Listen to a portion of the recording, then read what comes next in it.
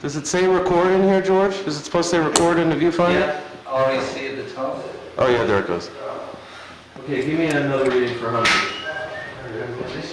The thing about the Wilburys for me is if we'd have tried to plan that, or if anybody had tried to, you know, say, let's form this band and get these people in it, it would never happen. It's impossible.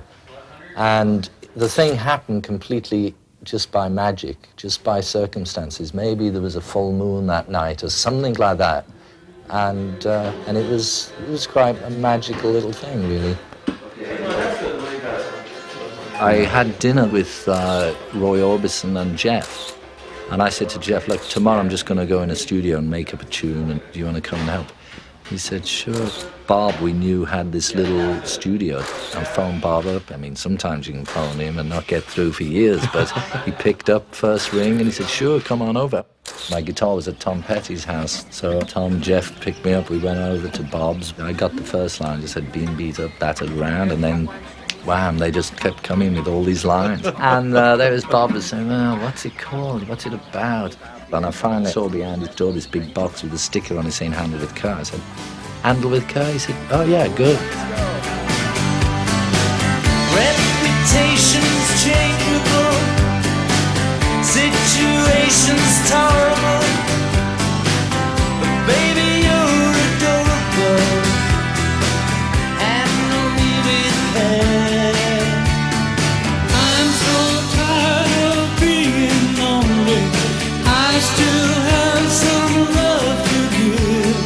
Won't you show me that you really care?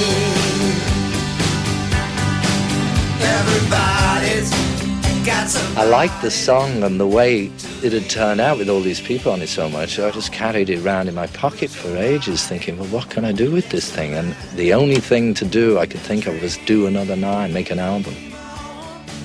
And I said, yeah, that sounds like a real good idea, because it had really been such magic doing the first track.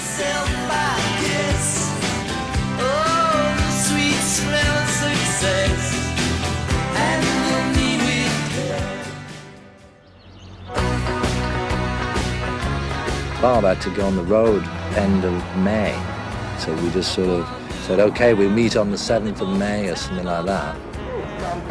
All in a day's work for a Wilbury. And we had like 9 or 10 days that we knew we could get Bob for. And everybody else was relatively free. So we just said, well, let's do it. We'll just write a tune a day and do it that way. It was very exciting. And every time we start thinking about it, it's just, wow, and Roy Orbison's in the band.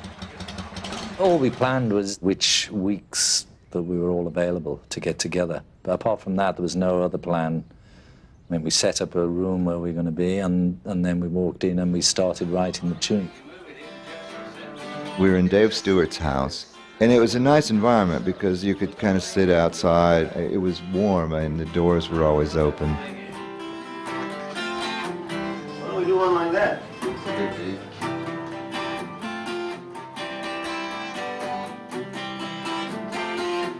We had a little tiny studio, but it wasn't a studio, it was more like just a control room with a vocal booth, so we didn't have any space to play the guitars. So we set up in his kitchen. It wasn't soundproofed or anything, and we just put like 5 chairs around the kitchen and then put the microphones up, and that's it. So all them guitar parts, you know, all them acoustic guitars were just in this kitchen. We did it for music. That's what it was all about. There wasn't a lot of deciding what to do. Not a lot of time spent planning out anything. So we just wrote the best songs that we could write and sang them as best we could. There at the bar when I got out of the car. Oh, no, she was long and tall. Short and fat. She was dressed to kill. Yeah, that's good. To give me a thrill. She was over the hill. She was over the hill. What's that? She was dressed to kill. She was over the hill.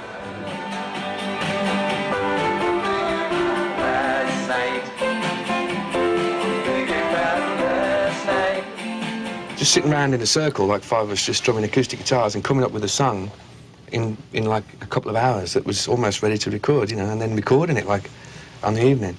It's pretty sort of unbelievable stuff. I looked at her eyes. They were full of surprise. They were full of surprise. It seems to always like they were filled with surprise. Yeah, they were full of surprise. They were filled with surprise. Last night, thinking about last night, I asked her to marry me. She smiled and pulled out a knife. She said the party's just beginning. She said, oh shit. Sometimes we'd sing the same song, you know, just to see who sounded good or if this key fit somebody. And that was a lot of the fun of it. And George would kind of audition us, which could be really intimidating, you know, because, like, you know, Roy Orbison would sing the song, and then they'd send you out to sing it, you know, and it's like, well, damn, that's really intimidating. Last night, thinking about last night. Last night, talking about last night.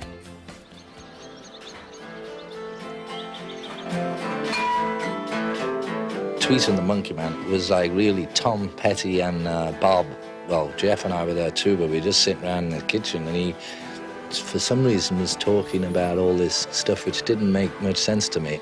You know, it was that Americana kind of stuff. And we got a tape cassette and put it on, and then transcribed everything they were saying. It was just fantastic watching him do it, because he had like one take warming himself up. And on take two, he sang that Tweet and the Monkey Man right through. And then what he did was he changed some of the lyrics. Maybe in about 4 places he changed a couple of lines and improved them and dropped those lines in, and that's it. Let's get them near the souvenir stand. An ambulance come rolling in, the state trooper close behind. Tweeter took his gun and tied him up and treated him unkind. Undercover cop was left tied up to a tree near the souvenir stand by the abandoned factory. How's that? Huh? Good? Yeah. I think it was good. Okay. The way he writes the words down, like very tiny, like a spider's written it. You know, you can't hardly read it. And that's the amazing thing. It's just unbelievable seeing how he did it. It was there by Broadway prison where the fates were being cast. The undercover cop of course. I mean, that for me was just amazing watching it, because I had very little to do with writing that tune at all, except Jeff and I remembered a bit he did that he'd forgotten, which became that chorus. And the walls came down all the way to hell. Never saw them when they're standing, never saw them when they fell. Really not, man. You see the last night? Was that it? That was it. That was it, yeah. Okay. Okay. Really not, man.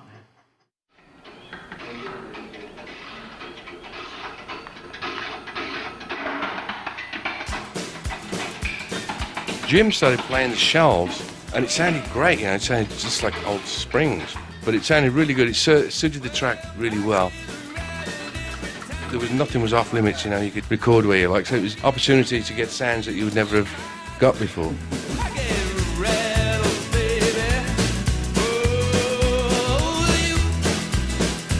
The sound of it, I think, is just so close to a good old rock and roll thing from like the late 50s. But that partially is, I think, the guitars, the acoustics. And the fridge. I tell you, it's the great new sound, folks. What's happening? You know, it had to be a bit rough, but that was the fun about it. It's like the most basic rock and roll sound. As you were doing it, you already felt like you were listening to the finished product, and it sounded great. Those were very happy moments, to be listening to a song knowing that you'd got it already, and all you could do was make it better.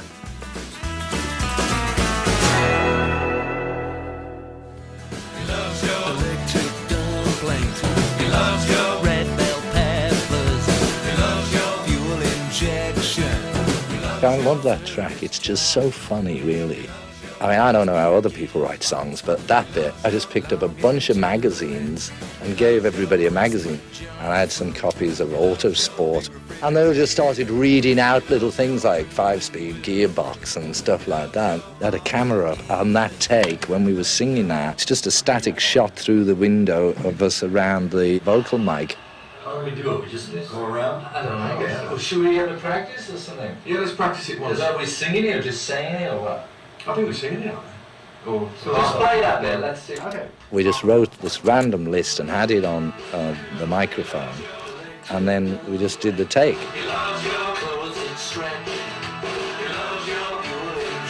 Every time it came round to Roy Orbison, he always got the Traveling Wilburys, and it was just the funniest thing. Roy, with the big voice, the big operatic, Traveling Wilburys, and we all just collapsed every time. And no matter how we rearranged it, he always ended up with Traveling Wilburys on the end.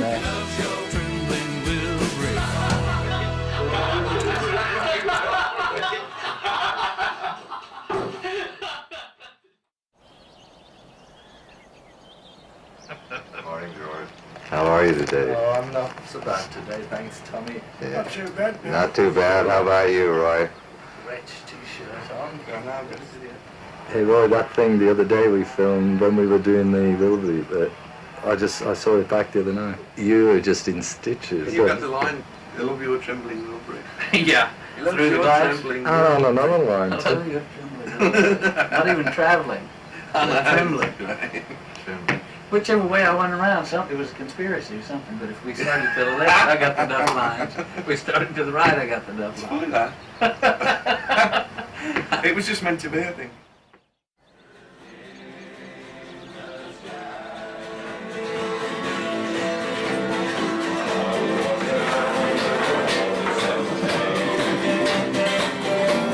There was just a lot of music in the air and a lot of fun going around, a lot of parties, a lot of ukuleles till dawn.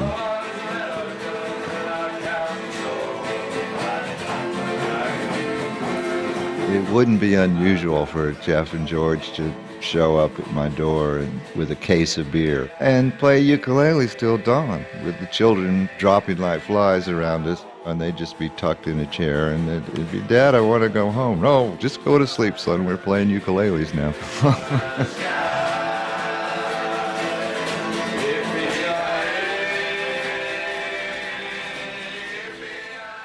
You know, what Jeff brings most to a session is his enthusiasm and spark. Some producers don't like to be there and treat it as work, and it's more like, ooh, Dad's here, you know, so that kind of stuff.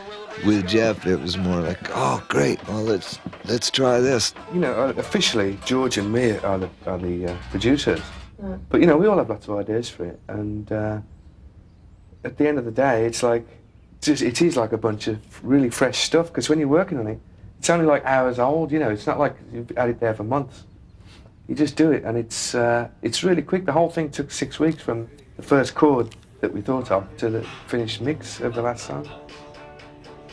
It was just a thrill, really, to write a song with Roy Orbison. It was an ambition that I'd always had, and it came true, which was great.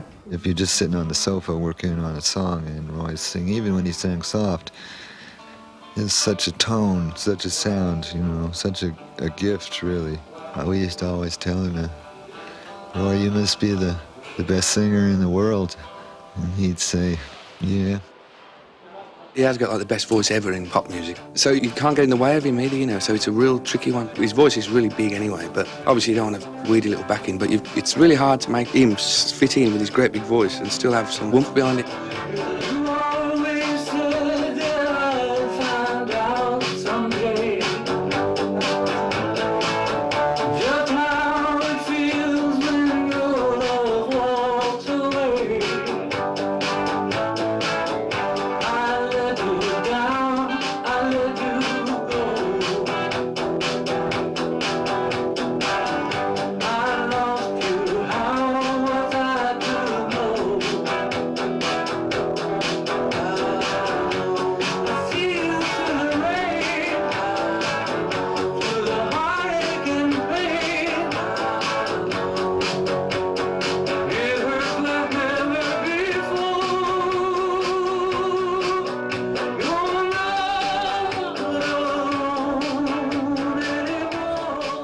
One night I broke into the studio to try this alternative chord pattern because that was one particular one I just couldn't come to terms with the way it was.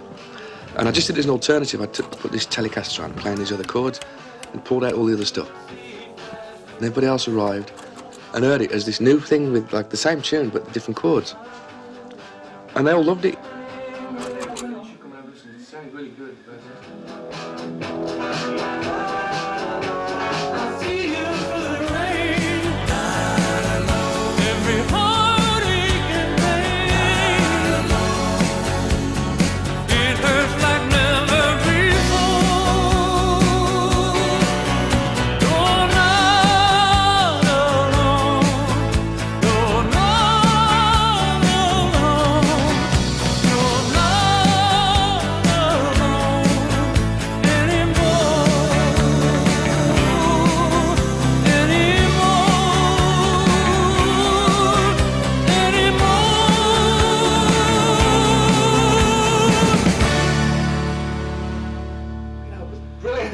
That was great, Roy.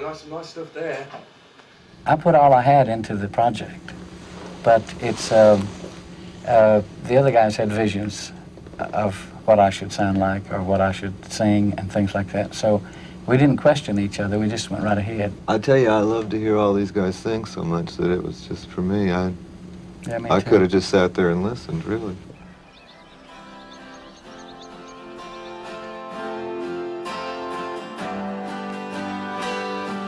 I think the tune on that one was, you know, we worked out the tune straight off, you know, together. But Bob basically had the idea for that. Congratulations. Congratulations for breaking my heart. Congratulations for tearing it all apart. The difference was the rest of us had more time, but Bob had to go on the road, and we knew he couldn't come over and do any more vocals again, so we had to get his vocals immediately. For leaving me in need. This morning I looked out my window and found a bluebird singing, but there was no one around. At night I lay alone in my bed with the image of you going around in my head. One of the most amazing things ever about the Wilburys was this poles apart thing of Roy and Bob Dylan. That's what I thought was wonderful, the best singer and the best lyricist, and they're both in the same group. I'm sorrow bound. Congratulations, you got a good deal. Congratulations, how good you must feel.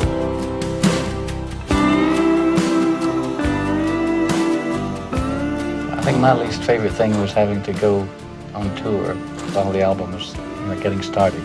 I couldn't wait to get back. I was really looking forward to getting down and making them into records, you know, all these tracks, what we could do on different songs, and we were so into it. George was so keen on the Wilburys, and so was I. I loved every minute of it. It was just beyond your wildest dreams.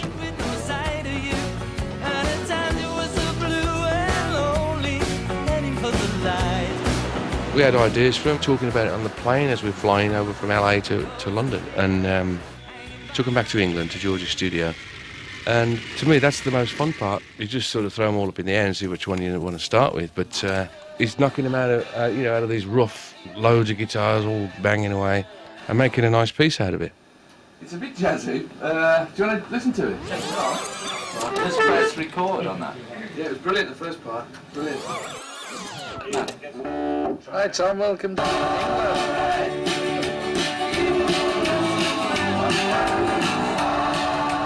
I think, well, George actually came up with the idea for it, like the main chord sequence, and we all contributed words to it. But George came up with the initial idea of it. And we tried to do something different and have like a nice film of just playing, you know, playing and all nice shots of guitars and heads and feet and stuff. You can sit around and wait for the phone to ring, waiting for someone to tell you everything. sit around and wonder what tomorrow will bring.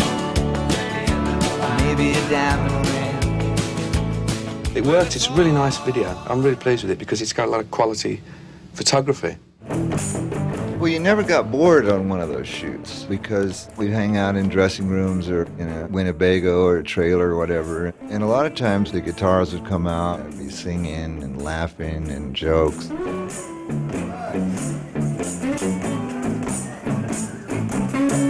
You know, a shoot can be pretty long sometimes. Those video shoots can be 12, 15 hours.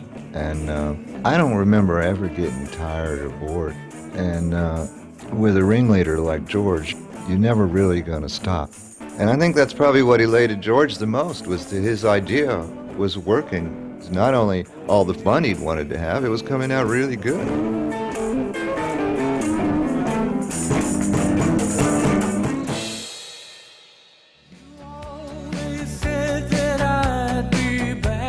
Roy went out on top, and I'm sure he knew that. The last conversation I had with him was a couple of days before he died on the phone, and he was just so thrilled that the Wilburys had gone platinum, and he was just, isn't it great? It's great. We all felt that Roy was a real special part of the group, and it was just our ace in the hole to have that voice come in. And he was so nice, you know, and it was so painful when he died. Roy would have liked us to have continued to do The End of the Line. You know, it's a very optimistic song, and I mean, we love Roy. Life flows on within you and without you, and he's around, you know, in his astral body. He'll be cool. Well, it's all right, even when push comes to shove. Well, it's all right, if you got someone to love. Well, it's all right, everything will work out fine. Well, it's all right, we're going to the end of the line. The whole experience was just some of the best days of my life, really. She wrote a long letter And I think it probably was for us all. on a short piece of paper. The thing I guess would be hardest for people to understand is what good friends we were. It really had very little to do with combining a bunch of famous people.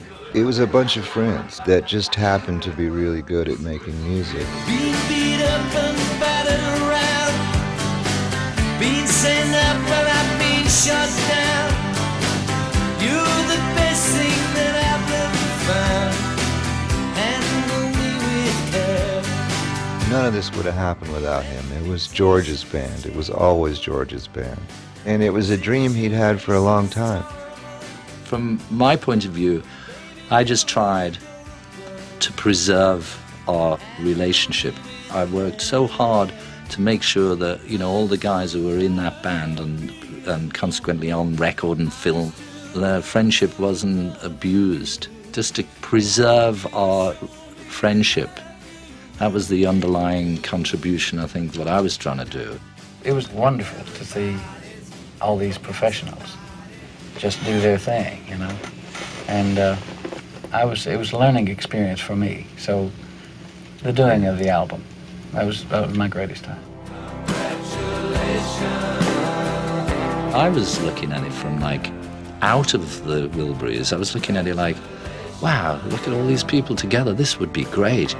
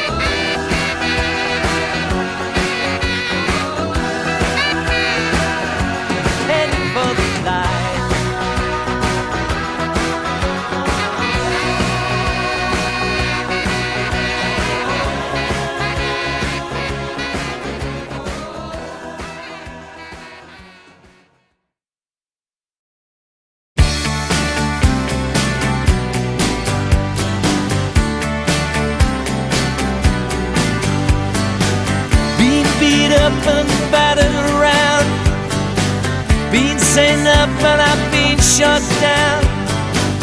You're the best thing that I've ever found. Handle me with care. Reputation's changeable, situation's tolerable, but baby you're adorable. Handle me with care. I'm so tired of being lonely. I still have some love to give. Won't you show me that you really care? Everybody's got somebody to lean on. Put your body next to mine and dream on. I've been bobbed up and I've been fooled, I've been robbed and ridiculed in daycare centers and night schools. Handle me with care.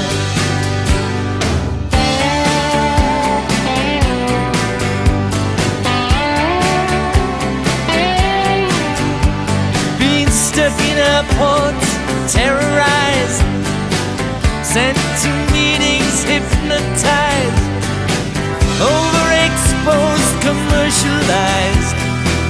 Handle me with care. I'm so tired of being lonely. I still have some love to give. Won't you show me that you really care? Everybody got somebody to lean on. Put your body next to mine and dream on. I've been uptight and made a mess, but I'll clean it up myself, I guess. Oh, the sweet smell of success. Handle me with care.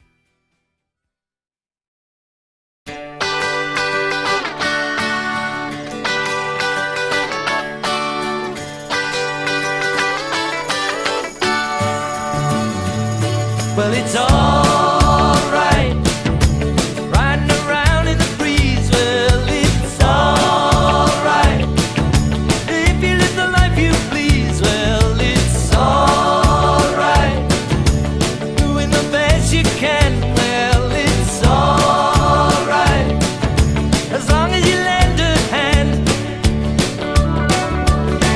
You can sit around and wait for the phone to ring, waiting for someone to tell you everything. Sit around and wonder what tomorrow will bring. Maybe a diamond ring. Well, it's alright, even if they say you're wrong. Well, it's alright, sometimes you gotta be strong. Well, it's alright, as long as you got someone to lay. Well, it's alright, every day is Judgment Day. Maybe somewhere down the road away, you'll think of me and wonder where I am these days. Maybe somewhere down the road when somebody plays Purple Haze. Well, it's alright, even when push comes to shove. Well, it's alright, if you got someone to love. Well, it's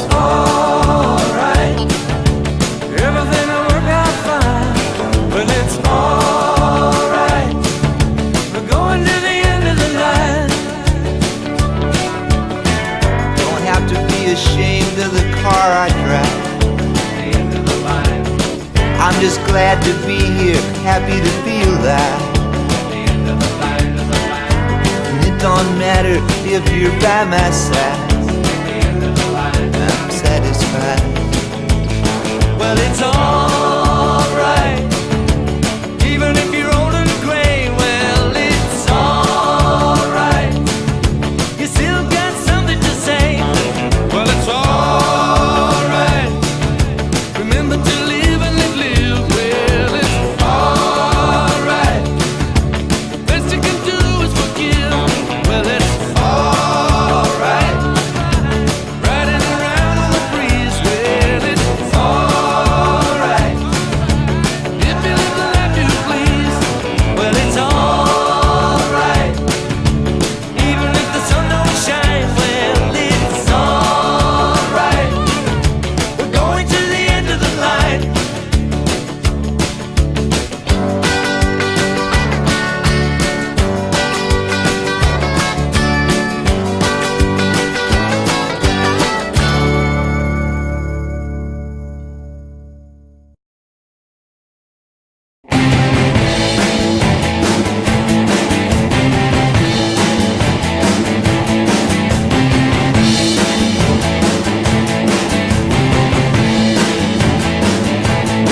She got a pudding in the oven, and it's gonna be good.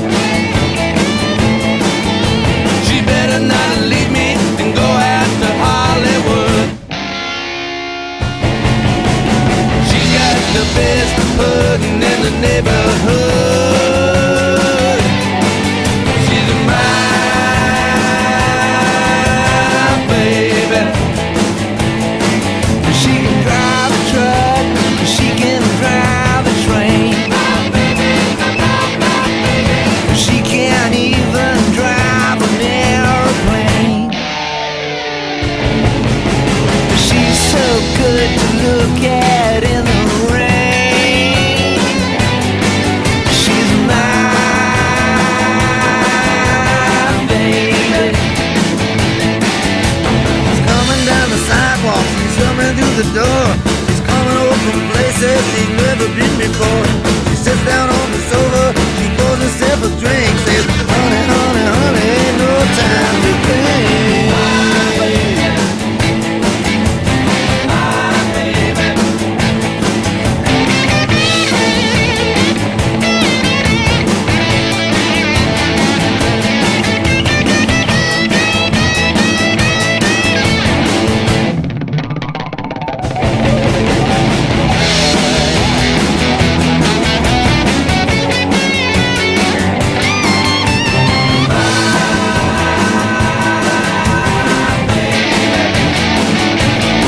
She's got a body for business, got a head for sin.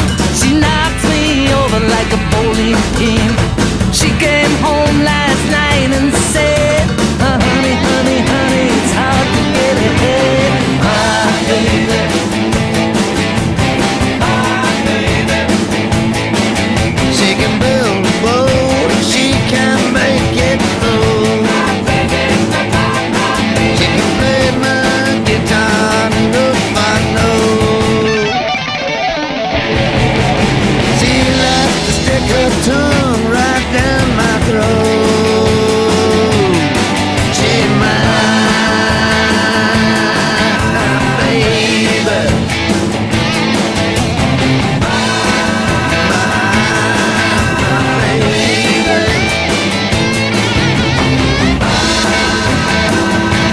She's my baby.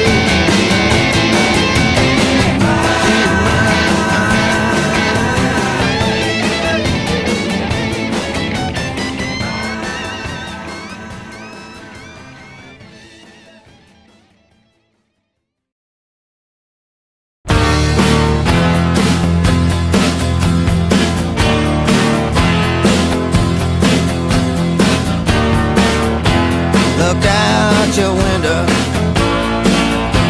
the grass ain't green, it's kinda yellow. See what I mean? Look up your chimney, the sky ain't blue.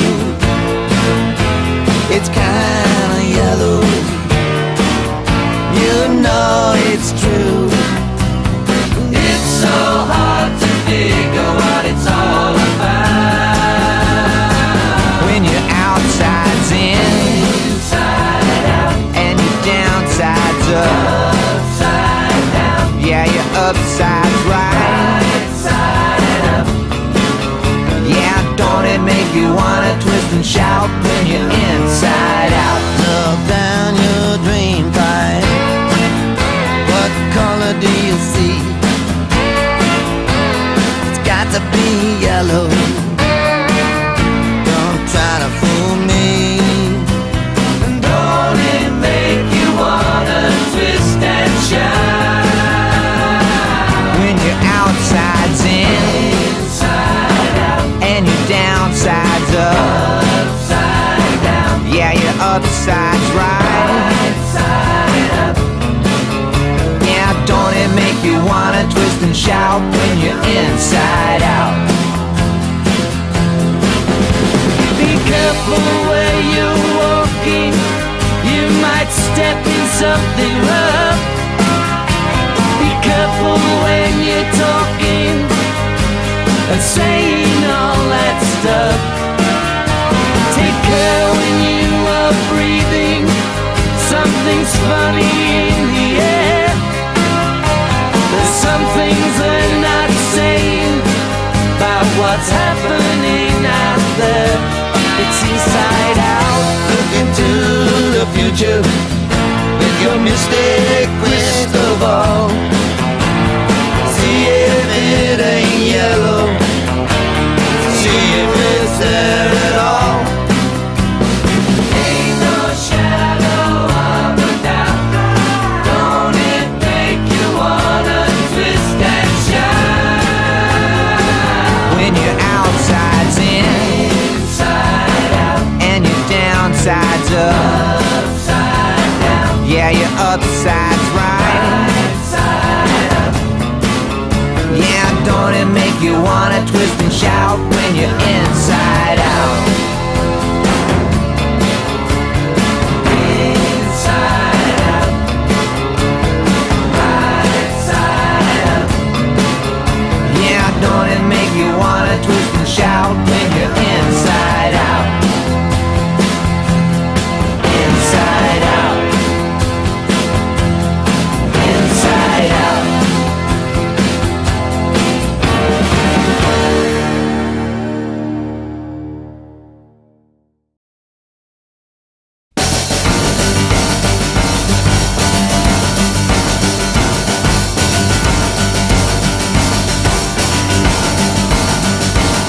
You put your hand on your head, put your foot in the air, then you hop around the room in your underwear.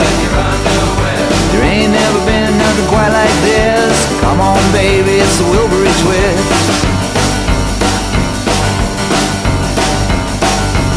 Lift your other foot up, fall on your ass. Get back up, put your teeth in the glass.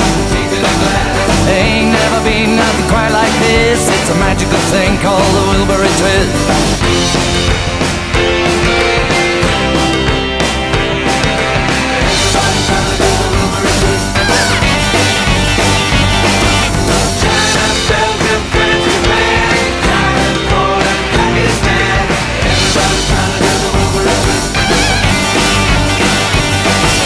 Roll up your rug, dust your broom, ball of jack, howl at the moon. Ain't never been nothing quite like this. Everybody's talking about the Wilbury twist.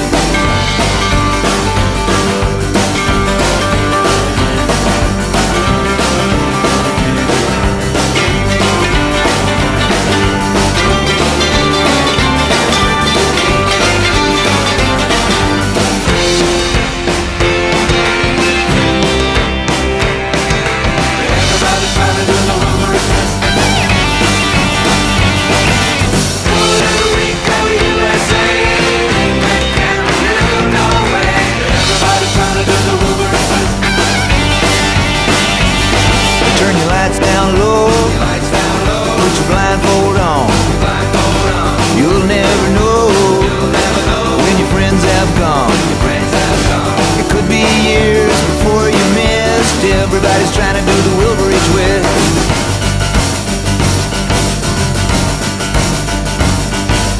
different things for you all to do. Spin your body like a screw. Better not forget it on your shopping list. You can stop by when it's the Wilburys twist. Ain't never been nothing quite like this. Better come and get it, it's the Wilburys twist. I guess by now you've got the gist. Everybody's crazy about the Wilburys twist.